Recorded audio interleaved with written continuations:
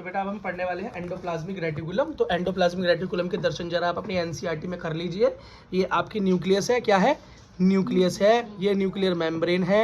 Nuclear membrane से ही जुड़ा हुआ आपको ये स्ट्रक्चर दिखाई दे रहा है। अब इसके अंदर दो कैटेगरी होती है, एक होता है बेटा एंडोप्लाज्मिक रेटिकुलम नॉर्मल, एक होता है रफ एंडोप्लाज्मिक रेटिकुलम। ठीक है, हाँ।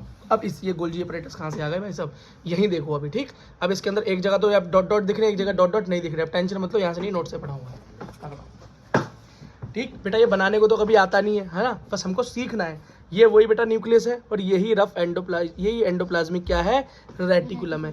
देखो बेटा इसका जरा समझो, एंडो का मतलब होता है अंदर, क्या होता है? अंदर।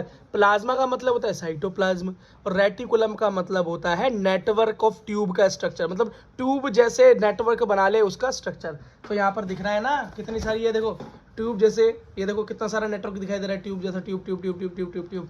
बस बात खत्म। यहीं से ये नाम पड़ा है एंडोप्लाज्मिक रेटिकुलम। ये पंडित जी से नाम नहीं लिखवाया इनका, कुछ भी रख दिया हो।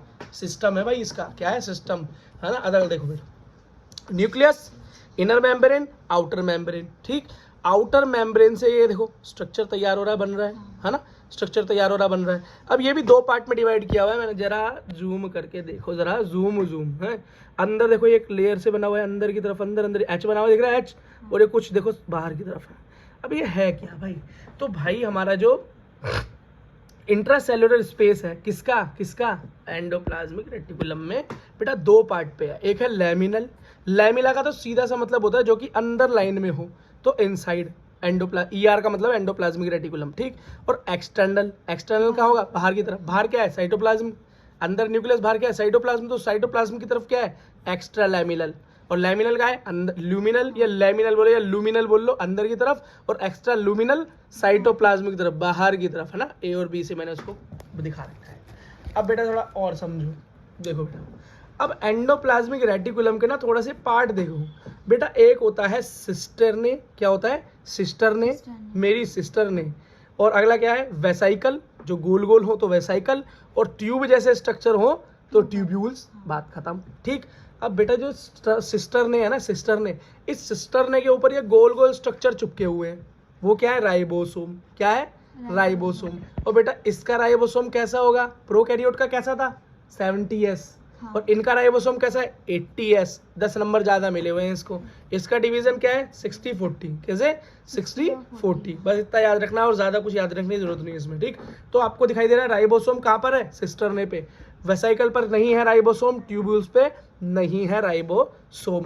अब बेटा एक चीज याद रखना, अब इसका बनता है 80। अब वो इनका यही तरीका है बेटा, यही कैलकुलेशन है बायोलॉजी के अंदर, है ना। हम इतने डीप हमें पढ़ना नहीं है, हमें जो एनसीईआरटी में बोला है हमें समझना है। अगर इसकी डीप नॉलेज देनी होती तो इस पर एक मस्त लेक्चर हो जाता, लेकिन वो आपको कहीं हेल्प नहीं करने वाला। ठीक, अगला देखो बेटा, ये रफ एंडोप्लाज्मिक और स्मूथ का मतलब समझ लो बेटा।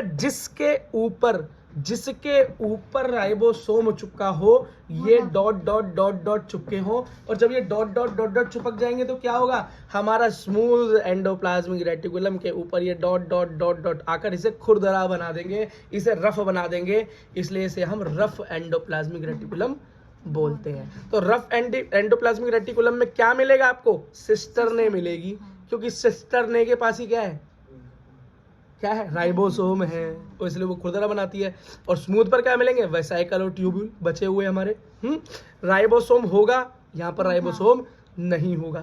इसको देखो, इसका ओरिजिन क्या है? ये बेटा कैसा है? कंटिन्यूएशन। कैसे? बिल्कुल कंटिन्यू है एकदम। कहाँ से निकलेगा ये? न्यूक्लियर मेम्ब्रेन से जुड़ा है। किससे? न्यूक्लियर मेम्ब्रेन से। कहाँ से? न्यूक्लियर मेम्ब्रेन से। और ये क्या है? रफ एंडोप्लाज्मिक रेटिकुलम से जुड़ा हुआ है। ठीक है, कौन जुड़ा हुआ है? Smooth endoplasmic reticulum. बात खत्म। अगला देखो बेटा, फंक्शन क्या है, काम क्या करता है? तो रफ एंडोप्लाज्मिक रेटिकुलम के पास जो जुड़ी हुई चीज है वो है राइबोसोम, और राइबोसोम का काम ही है प्रोटीन सिंथेसिस करना, प्रोटीन बनाना। जहां भी राइबोसोम दिखे प्रोटीन बनाएगा। और बेटा जब वहां वो नहीं होगा तो स्मूथ वाला क्या करेगा? प्रोटीन तो बनाएगा ही नहीं, लिपिड बनाएगा। लिपिड मतलब फैट का सिंथेसिस करेगा, स्टेरॉइड्स का, स्टेरॉइड हार्मोन्स टाइप होते हैं उनका करेगा, लेकिन ये करेगा सिर्फ एनिमल्स में, कहाँ? प्लांट में नहीं करेगा। ठीक है बेटा, और आगे बढ़ते हैं बेटा।